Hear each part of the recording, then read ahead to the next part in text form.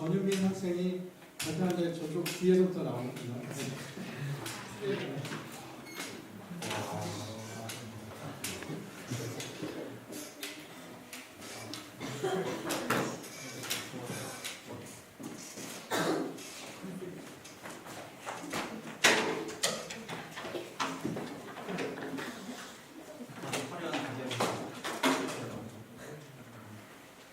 네, 안녕하십니까. 선인장 창업동아리 발표를 맡게 된 전유민이라고 합니다. 창업 아이템을 고민하던 중 어떤 다큐멘터리를 보고 내용은 대충 이랬습니다. 라디오 DJ로 활동 중이신 권순철 씨는 시각장애인입니다. 그는 자신과 비슷한 처지에 놓인 혹은 자신보다 더 어려운 처지에 놓인 사람들을 위해서 꿈을 전하는 방송을 하고 있습니다. 권순철 씨의 가족은 좀 특별한 생활을 합니다. 그것은 바로 자신이 사용한 물건이 원래 있던 위치에 반드시 갖다 놓는 것입니다. 그게 뭐 특별해? 라고 생각하실 수 있겠지만 그게 사실은 결코 쉬운 일이 아닙니다. 이런 상황을 가정해보죠. 예를 들어서 어떤 시각장애인의 가족이 드라이기는 항상 욕실에 갖다 놓자 라는 원칙을 정했다. 그렇게 되면 시각장애인 친구는 언제든지 욕실에 가면 드라이기를 찾아서 쓸 수가 있습니다. 하지만 어느 날 어느 누구라도 드라이기를 거실에 갖다 놓게 된다면 시각장애인은 어쩌면 영원히 드라이기를 찾을 수 없게 될지도 모릅니다. 앞이 보이지 않는다는 이유만으로. 그래서 저희는 두빛나래라는 제품을 고안하게 되었습니다. 두빛나래는 한마디로 정의하면 어떤 물건이 어디 있는지 알려주는 사물의 위치 정보 서비스라고 할 수 있습니다. 사실 누구나 한 번쯤은 그런 생각들을 다 해봤을 겁니다. 리모컨 어딨지? 여보 차키 어딨어? 하지만 우리는 실질적으로 생활에서 그 제품들을 사용하고 있지 않습니다. 왜일까요? 조금만 찾으면 나오니까. 실제로 리모컨 같은 경우는 자기가 앉아있던 소파만 뒤져봐도 나와요. 차키? 그렇게 멀리 도망가지 못해요. 하지만 이 사람들에게는요, 자기가 평소에 쓰던 물건 1m만 어디 치워져 있어도 찾을 수 없어요. 왜냐하면 그 사람들은 볼 수가 없으니까. 그래서 저희는 이러한 제품을 고안하게 되었습니다.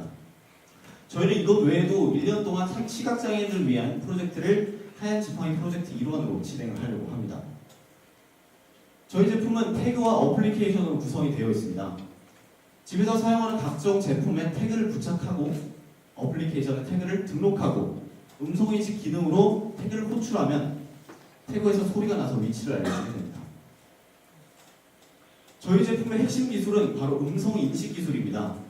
시각장애인들은 우리와 다르게 화면을 보고 아이콘을 보고 스마트폰을 이용하지 못하기 때문에 음성인식 기술의 탑재 여부, 정확도 아니면 오차율 이런 것들에 따라서 느끼는 서비스의 품질이 크게 달라질 수 있습니다.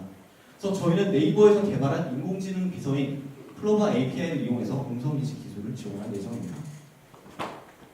우리가 흔히 생각할 수 있는 아이디어임에도 불구하고 시장에는 경쟁사가 많지 않았습니다. 그 중에서 대표적으로 두 제품 정도를 들고 왔는데요. 두 제품 같은 경우는 GPS가 달려있어서 휴대폰에 지도를 띄우면 언제 어디서든 제가 찾고자 하는 물건이 어디 있는지 알 수 있었습니다. 하지만 GPS 모듈 같은 경우는 종류에 따라서 오차 범위가 100m가 넘어가는 것도 있기 때문에 집안에서 사용하기 적절하지 않습니다. 그리고 결정적으로 시각장애인들은 지도를 볼 수 없습니다. 그래서 저희는 과감하게 GPS 모듈을 빼버리고 가격을 낮추고 음성인식 기능을 추가로 지원함으로써 시각장애인들이 사용할 수 있도록 하였습니다. 저희는 사업에 필요한 추가적인 지원금을 크라우드 펀딩을 통해서 확보할 예정입니다. 저희 제품의 수익 모델입니다. 하드웨어 판매가 주를 이루고 그 외에는 이제 시각장애인 단체로부터 기부금을 받아서 그리고 애플리케이션 광고를 통해서 진행을 할 예정입니다. 저희 사업 일정은 창업 동아리가 시작되는 4월달부터 8월달까지 서비스 제작을 하고 오류 수정 및 보완 과정을 거쳐서 10월달에 크라우드 펀딩 그리고 최종적으로 12월달에 서비스를 운영할 예정입니다. 저희 팀은 다음과 같은 14명의 친구들로 구성이 되어 있고 세 분야의 팀으로 나눠서 진행할 예정입니다. 그리고 마지막으로 작년 동아리 지원금 사용 내역에 대해서 말씀드리겠습니다. 사진이 잘 안 나오는데 저희는 총 38만원을 지원받아서 그 중에서 약 35만원 정도를 아두이노 관련 서적에 투자를 하였습니다.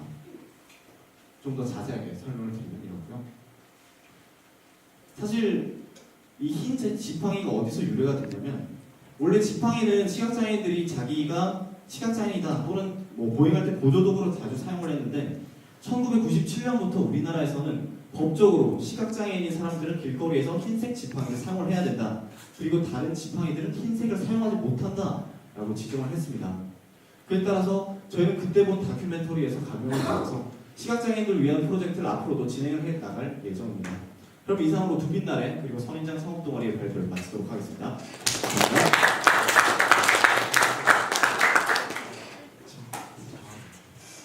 수익 모델 프로그램이요. 네.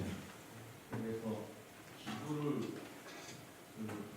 기부를 한다고 했는데 네. 장애인 단체에서 어떻게 기부를 하죠? 그러니까 돈을 기부를 해줘야 되지 않아요? 물론 이제 기부를 하는 것도 있겠지만 저희가 여기서 말한 기부는 장애인 단체로부터의 기부도 있겠지만 아까 크라우드 펀딩도 어떻게 보면 하나의 기부의 형식으로 받아들일 수가 있다고 생각합니다. 그래서 사실 장애인 단체나 이제 그쪽으로 사회 운동하는 사람들로부터 기부를 받으면 제일 의미가 있고 좋은 돈이겠지만 크라우드 펀딩도 기부금의 일환으로 생각해 주시면 될 것 같습니다. 올해 사업 예산은 없어요? 올해 사업 예산 같은 경우는 제가 그 종이를 다들 들고 계실 줄 알았는데 아니라서 일단 PPT에는 담지 못했고요.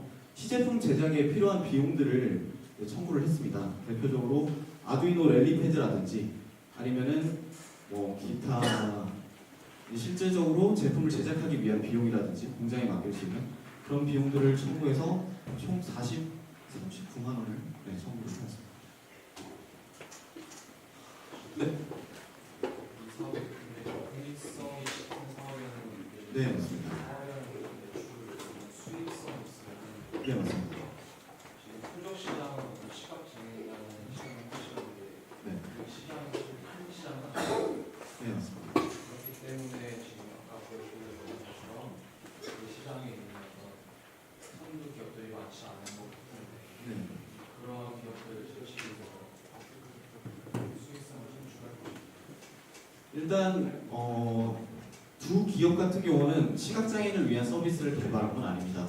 휴대폰에 지도를 당당하게 탑재를 해 있고 음성인식 기능도 없고 사실은 시각장애인 용도라기보다는 이 뮤테그 같은 경우는 여행 가는 사람들을 위한 제품, 트래커 같은 경우는 뭐 자기가 지갑이나 열쇠를 분실했을 때 찾을 수 있도록 만든 서비스입니다. 그래서 사실 시각장애인들을 위한 시장이 규모가 작은 건 사실입니다. 그리고 저희 사업 같은 경우도 뭐 크게 수익을 많이 내겠다라는 데 치우쳐져 있지는 않습니다. 하지만 저희는 이 사업을 바탕으로 해서 하얀 지팡이 프로젝트의 일환으로 다양한 시각장애인들을 위한 운동을 전개를 할 거고 어떻게 보면 나중에 사회적 기업 쪽으로 전향을 해가지고 활동을 진행을 할 수도 있을 겁니다. 다양한 혜택들을 추가로 받을 수가 있기도 하고요. 사회적 기업이 됩니다. 교수님 말씀 읽어서 네, 감사합니다.